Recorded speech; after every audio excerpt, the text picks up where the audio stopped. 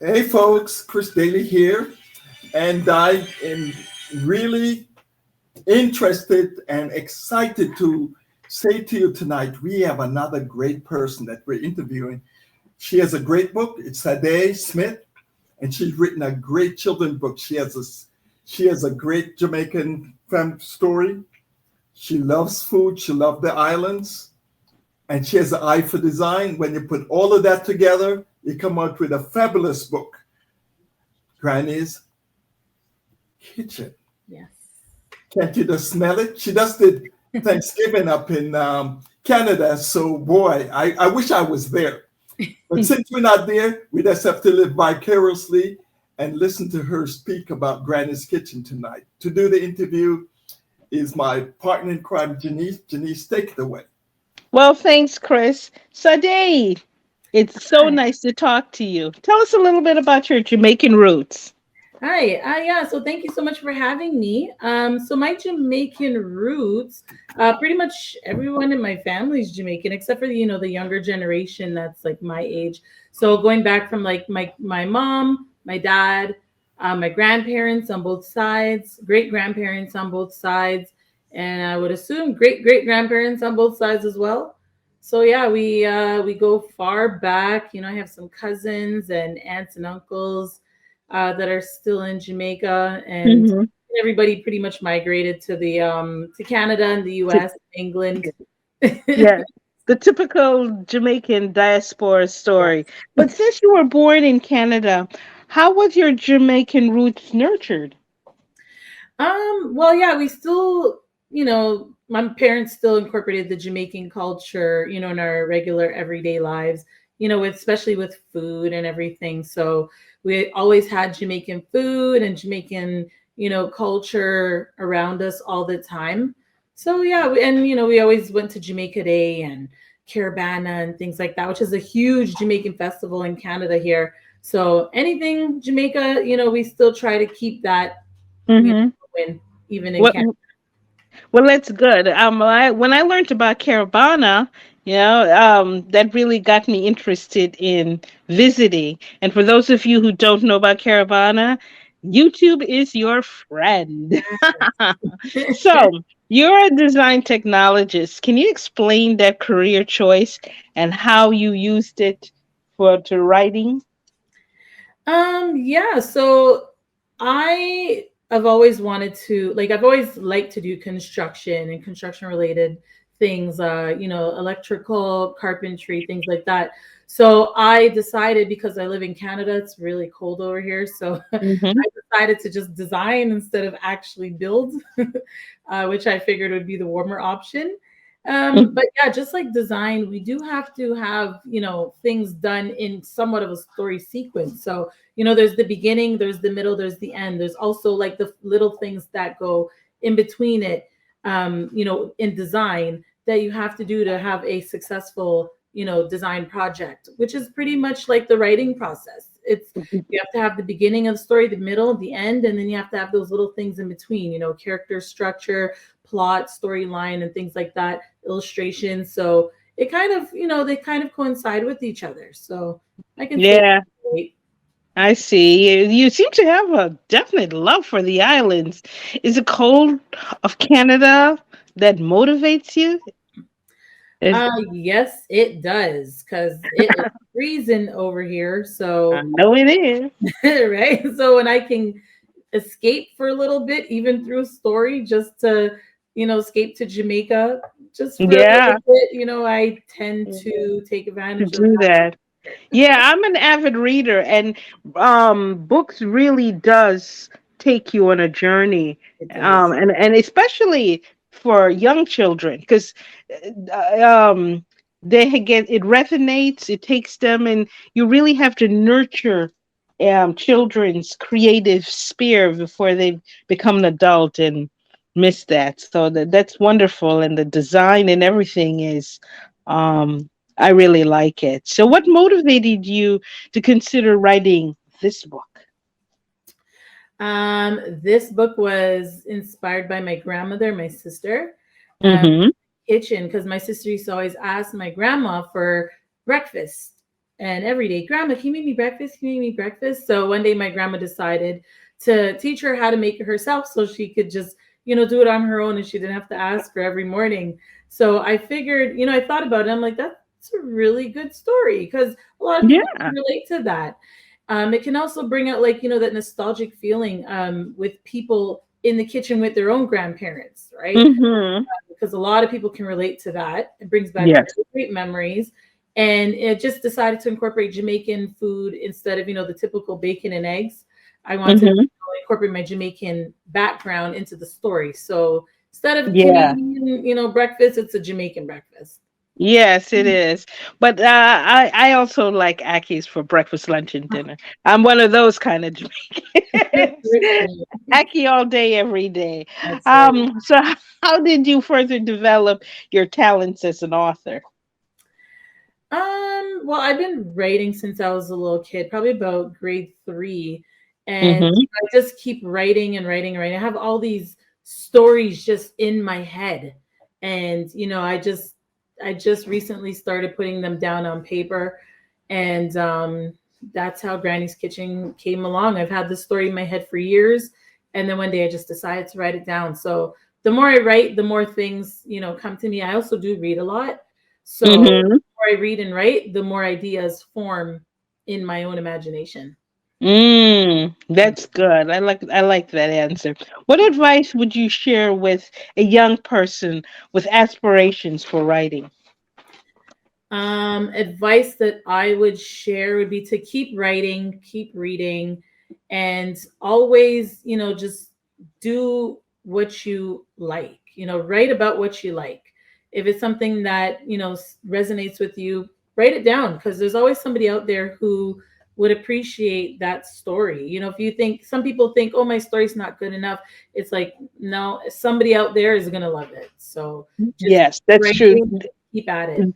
There's a niche and sub niche That's right. because when I was a child, I got a lot of German children books. I didn't have Jamaican books actually, you know, and that would have been nice too. Not that it was wrong, I like Cinderella and all those things, and but that was it's nice that you tapped into that, especially for the diaspora community.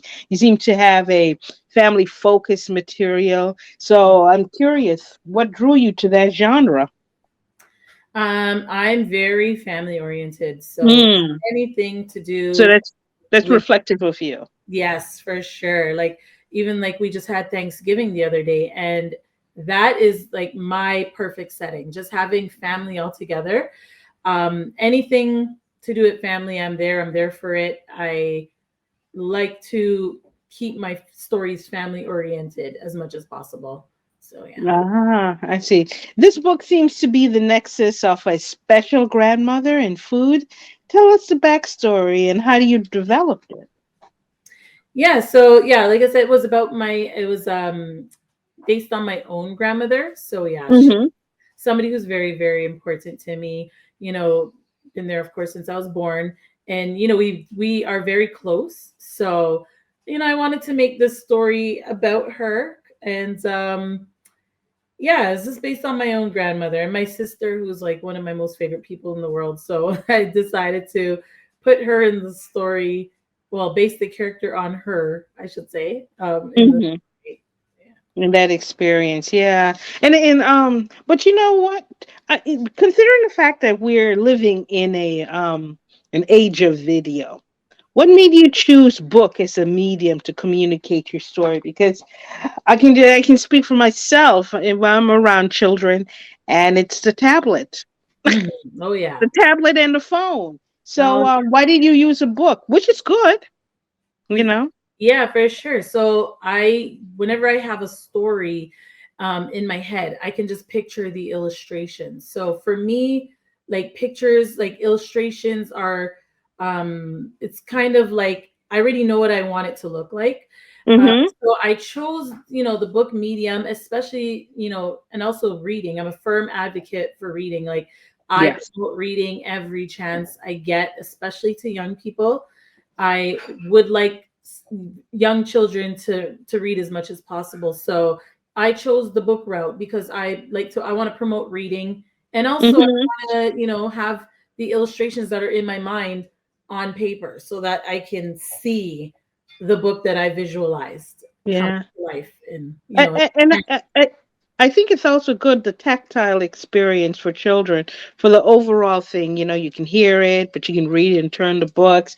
Uh, that's right. and I think that's good that um, you've kept up the craft of Yes, writing hardcover books. that's right.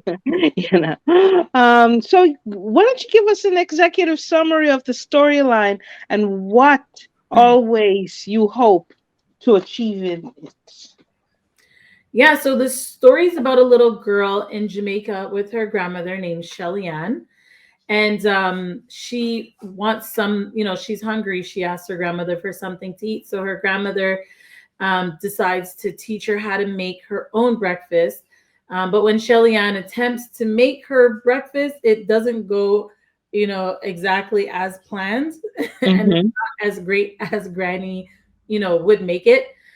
So this, so that's basically what the story is about. The moral of the story is to, if you try and don't succeed, try and try again. So as even though she didn't make it perfect, the first time, she still tried and she tried again. And as long as it was made with love, everybody was happy at the end of the story. Ah, I see. Yeah. So, how can folks find this fine work? Yeah, so this book is available on Amazon as well as on bookstore websites, so major bookstore websites. It is available in select stores as well, depending on the location. And Mm-hmm. it is available online at on bookstore website. And sorry, also independent bookstores. A lot of independent bookstores carry the book. Bookstores I carry, yeah. I see. And let's see, how can this book be used to further nurture reading and deepen the love for our culture?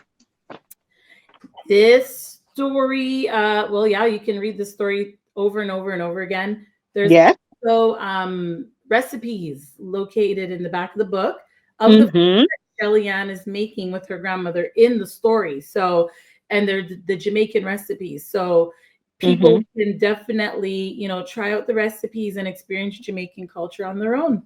Yes, yes, I like that. So, what does the future hold for your writing career? I am planning to have a lot more books coming out. Like I said, I have so many stories just Ideas. I, I'm gonna put them all down and have them all created as books, hopefully. Nice. I have a book right now, actually, that we're working on. Uh, Mm-hmm.